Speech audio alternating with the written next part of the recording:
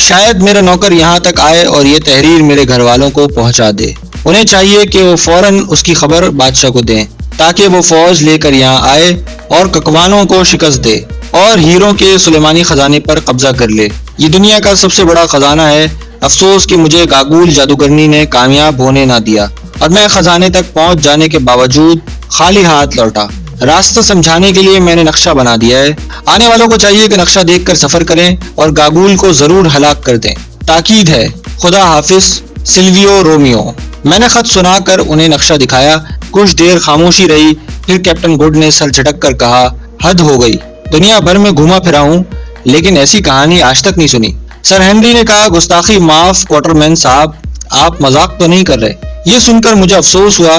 میں کاغذ اور نقشہ جیب میں ڈال کر اٹھتے ہوئے بولا, اگر آپ کا یہ خیال ہے تو مجھے اجازت دیجیے. میں ان گپ بازوں میں سے نہیں ہوں جو اجنبی لوگوں کو اچنبے میں ڈالنے کے لیے کہانیاں گھڑا کرتے ہیں.